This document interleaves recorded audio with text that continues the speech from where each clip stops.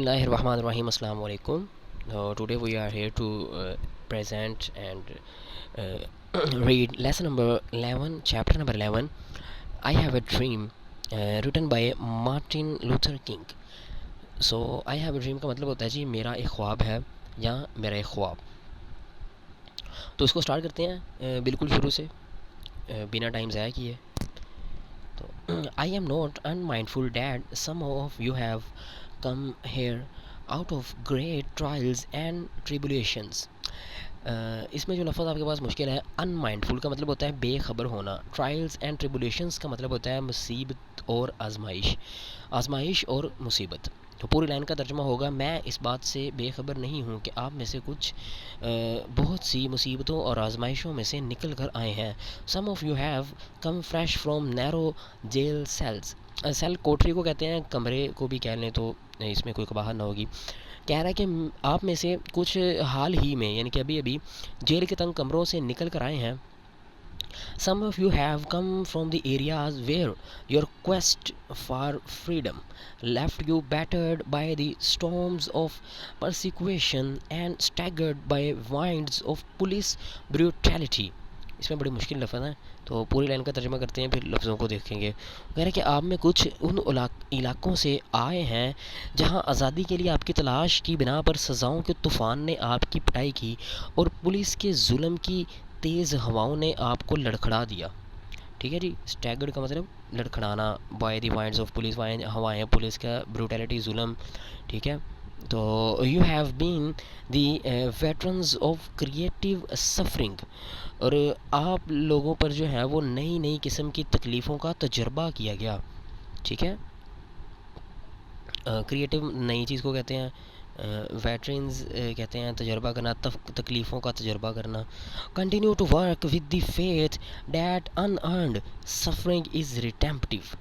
इस यकीन के साथ काम जारी रखो कि बग़ैर किसी जुर्म के मिलने वाली जो है कमाई आने वाली तकलीफ़ नुकसान की तलाफ़ी करने वाली होती है. ठीक है. यानी कि बग़ैर किसी जुर्म के मिलने वाली जो कमाई है या कोई ऐसी कमाई जिसमें आपने कोई जुर्म ना किया हो, तो वो आने वाली तकलीफ़ के लिए नुकसान की तलाफ़ी का बाइस बनती है, तलाफ़ी करने वाली होती है. गो बैक टू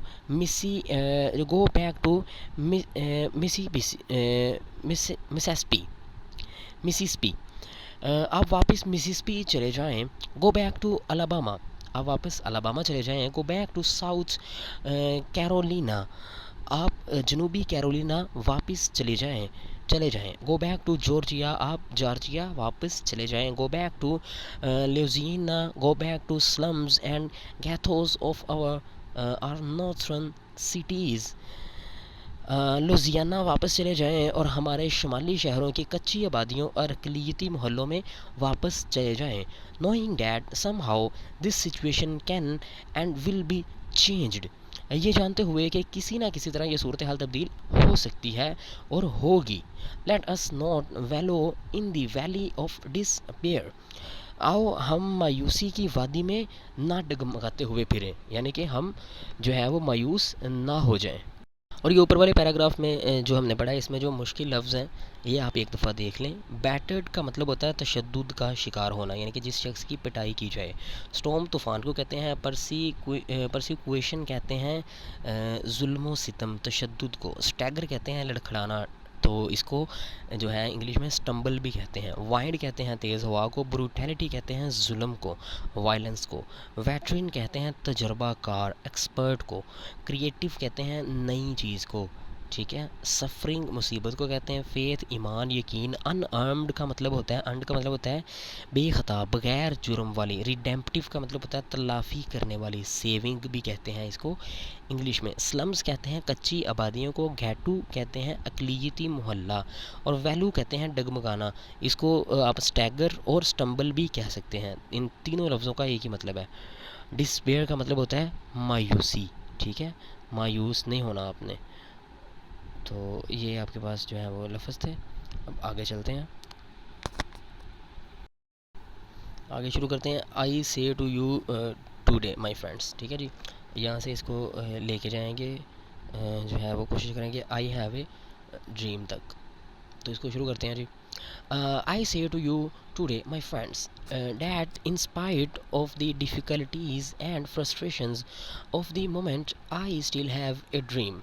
कहता है कि मेरे दोस्तों, मैं आज आपको ये कहना चाहता हूँ कि इस वक्त की मुश्किलात और मायूसियों के बावजूद जो अब भी मेरा एक ख्वाब है, it is a dream deeply rooted in the American dream. इस ख्वाब की बड़ी गहरी जड़ें अमरीकी ख्वाब में हैं। I have a dream that one day this nation will rise up and live out the true meaning of its creed. मेरा ख्वाब है कि एक दिन ये कौम उठेगी और अपने अकीदे के सही मफहूम को साबित करेगी। क्रीड कहते हैं अकीदे को, फेथ को।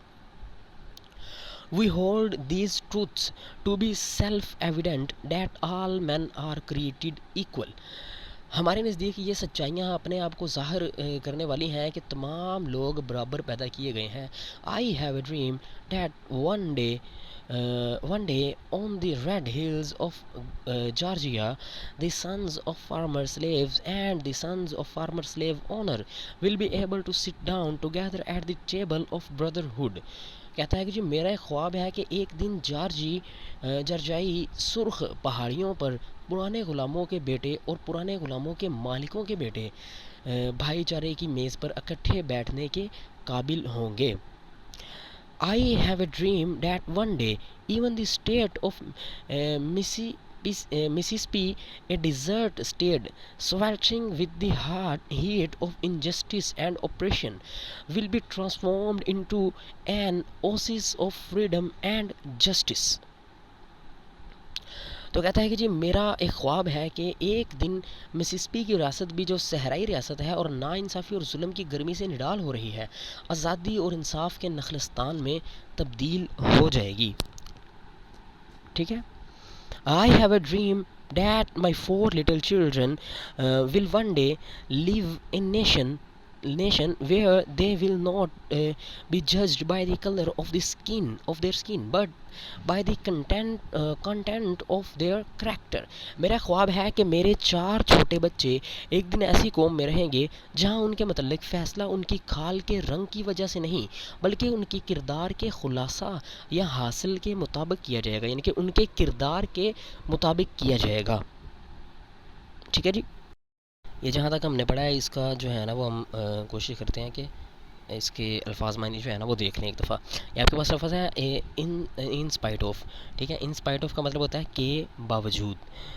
फ्रस्ट्रेशन का मतलब होता है मायूसी, नाउमीदी। रूटेड का मतलब होता है जड़ें, गहरी होना। ठीक है, गहरी जड़ें।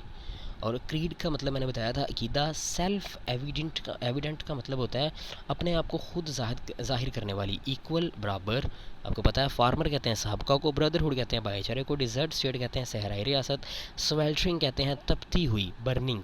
ठीक है जी। हीट कहते हैं गर्मी को, इनजस्टिस कहते हैं नाइंसाफ़ी, ऑपरेशन जुल्म, ट्रांसफॉर्म तब्दील करना, ओसिस कहते हैं नखलस्तान, और कंटेंट कहते हैं खुलासा या हासिले कलाम को। इंग्लिश में इसको जिस्ट कहते हैं। आगे बढ़ते हैं। I have a dream today.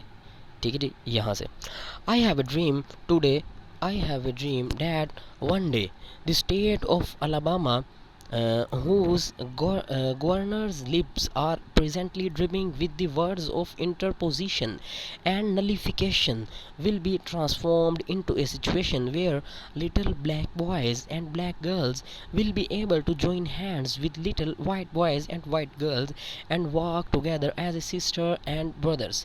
कह रहा है कि मेरा एक ख्वाब है कि अलबामा की रियासत जिसके गवर्नर के होंठों से इस वक्त दखल अंदाज़ी और तनसीख के अल्फाज निकल रहे हैं, एक दिन ऐसी सूरत हाल में बदल जाएंगी कि जहाँ छोटे स्याह लड़के और स्याह लड़कियाँ, यानी कि काले लड़के और काली लड़कियाँ छोटे छोटे सफ़ेद लड़के और सफ़ेद लड़कियों के साथ मिलकर काम करेंगे, यानी कि ताउन करेंगे और भाई बहनों की तरह इकट्ठे रहेंगे। ठीक है। आगे I have a dream that one day every valley shall be exalted। वो कह रहा है कि मेरा एक ख्वाब है कि एक दिन हर वादी का म्यार बुलंद हो जाएगा। every hill and mountain shall be made low। हर पहाड़ी और पहाड़ पस्त हो जाएंगे। the rough places will be made plants। ख़राब जगहें मैदान बना दिए जाएंगे, and the crooked places will be made straight, और मसख शुदा जगहें सीधी बना दी जाएंगी। And the glory of the land shall be revealed and all flesh shall see it together, और खुदा की शान शौकत ज़ाहिर कर दी जाएगी और तमाम इंसान इसे मिलकर देखेंगे। ठीक है जी। This is our hope, this is the faith with which I return of south to the South Africa. यही हमारी उम्मीद है और यही वो ईमान है, या ये उम्मीद है जिसके ज़रिए मैं साउथ अफ्रीका वापस जा रहा हूँ। With this faith, we will be able to hew out of the mountain of despair a stone of hope. यही वो ईमान है या यकीन है जिसके साथ हम मायूसी के पहाड़ में से काट कर उम्मीद का पत्थर निकालेंगे। With this faith, we will be able to transform the jangling discords of our nation into a beautiful symphony of brotherhood. और यही वो उम्मीद है जिसके साथ, यही वो यकीन है जिसके साथ हम अपनी कौम की लड़ाई झगड़े वाली ना इतफाक़ी को भाईचारे के खूबसूरत नगमा में तब्दील करने के काबिल हो जाएंगे। With this faith, we will be able to work together, to pray together, to struggle together, to go to jail together, to stand up for freedom together. कह रहा है कि यही वो जो है यकीन है जिसके साथ हम मिल के काम करने के लिए, मिलकर इबादत करने में, मिलकर जिदोजहद करने में, मिलकर जेल जाने में और मिलकर आज़ादी के लिए खड़े होने के काबिल हो जाएंगे। Knowing that we will be able to free one day, ये जानते हुए कि एक दिन हम आज़ाद हो जाएंगे। This will be the day when all the God's children will be able to sing with new meaning, और यही वो दिन है, या ये जानते हुए कि हम एक दिन आज़ाद होंगे, वो दिन होगा जब खुदा की मखलूक के सारे बच्चे नए मफहूम के साथ ये गाने के काबिल हो जाएंगे। आगे ये एक गाना है उसकी ज़बान में, इसको इंग्लिश में पढ़ते हैं पहले। My country test of the sweet land of liberty, of the icing land where my father died, land of the pilgrims pride, from every mountain side let freedom ring. तो तर्जुमा इसका, मेरे वतन ये तेरे लिए ही है, आज़ादी का खूबसूरत मुल्क तेरे ही मैं गीत गाता हूँ। वो सरज़मीन जहाँ मेरे आबाओ अजदाद फोत हुए, वो सरज़मीन जो ज़ायरीन के लिए बाइस का फ़ख्र का बाइस है। पहाड़ की हर सिमत आज़ादी का हर नगमा बजने दें। आगे फिर वो इसकी ट्रांसलेशन उनको करके सुना रहा है, कह रहा है कि not it's song in praise of one's country, my country is sweet land of liberty, I sing for this land where my father died, it is land of pilgrims pride and let the freedom ring from every side of it. Note, ये एक आदमी के वतन की तारीफ़ में एक नगमा है। मेरा वतन आज़ादी का खूबसूरत मुल्क है, मैं इस मुल्क के लिए या मुल्क के लिए गाता हूँ जहाँ मेरे आबाओ अजदाद फोत हुए। ये वो सरज़मीन है जिस पर ज़ायरीन फ़ख्र करते हैं और आज़ादी का नगमा उसकी हर सिमत से बजना चाहिए, यहाँ बजता है। ठीक है जी। And if America is to be a great nation this must become true, अगर अमेरिका ने एक अजीम कौम बनना है तो उस बात को ज़रूर सच्चा होना होगा। So let freedom ring from the prodigious hill tops of New Hampshire, इसलिए न्यू हैम्पशायर की बहुत बड़ी पहाड़ियों की चोटियों से आज़ादी का नगमा बजने दें। Let freedom sing ring from the mighty mountains of न्यूयॉर्क, और न्यूयॉर्क के अजीम पहाड़ों से आज़ादी का नगमा बजने दें। Let freedom ring from the heightening Alleghenies of Pennsylvania के बुलंदो बाला पहाड़ीले गिनी से आज़ादी का नगमा बजने दें, यानी कि बुलंदो बाला पहाड़ों से आज़ादी का नगमा बजने दें। Let freedom ring from snow-capped Rockies of Colorado की बर्फ़ पोश चट्टानों से आज़ादी का नगमा बजने दें। Let freedom ring from the curvaceous peaks of California, तो कह रहा है जी जो है वो कैलिफोर्निया की बल खाती हुई चोटियों से आज़ादी का नगमा बजने दें। But not only that let freedom ring from Stone Mountain of Georgia, लेकिन सिर्फ इतना ही नहीं है, जॉर्जिया के पत्थर के पहाड़ से आज़ादी का नगमा बजने दें। Let freedom ring from the Lookout Mountain of Tennessee की निगरानी वाले पहाड़ से आज़ादी का नगमा बजने दें। Let freedom ring from every hill and molehill, Mississippi from every mountain side, let freedom ring. Mississippi की हर पहाड़ी और मिट्टी के तोदे से आज़ादी का नगमा बजने दें, हर पहाड़ की सिमत से आज़ादी का नगमा बजने दें। When we let freedom ring, when जब हम आज़ादी के नगमे को गूंजने देंगे, when we let it ring from every city and every hamlet, जब हम उसे हर शहर और हर छोटी बस्ती से गूंजने देंगे, from every state and every city, हर रियासत और हर शहर से गूंजने देंगे, we will be able to speed up that day when all of us, black men and white men, will be able to join hands and sing in the words of old Negro spiritual। तो कह रहा है कि फिर जब हम ऐसा करने नहीं देंगे तो उस दिन की आमद को तेज़ करने के काबिल हो जाएंगे, जब कि खुदा की मखलूक के सारे बच्चे, सियाह लोग और सफ़ेद लोग इकट्ठे होने के काबिल हो जाएंगे और पुराने हबशी रूहानी गीत के अल्फाज मिलकर गा सकेंगे। यानी कि जो एक हबशियों के वो आने पुराने ख़ास किस्म के गीत हैं ना, रूहानी गीत, वो कह रहा है कि जो वो गा सकेंगे। तो वो गीत क्या है जी? Free at last, thank God we are free at last. बिल आखिर आज़ाद हो गए, आखिरकार हम आज़ाद हो गए, खुदाए कादिर मुतलक का शुक्रिया अदा करें कि बिल आखिर हम आज़ाद हो गए। तो जी ये हुई है आपकी यहाँ पे आई हैव ए ड्रीम का तर्जुमा कंप्लीट। तो इंशाल्लाह इसकी ट्रांसलेशन करेंगे नेक्स्ट वीडियो में। अल्लाह हाफिज़।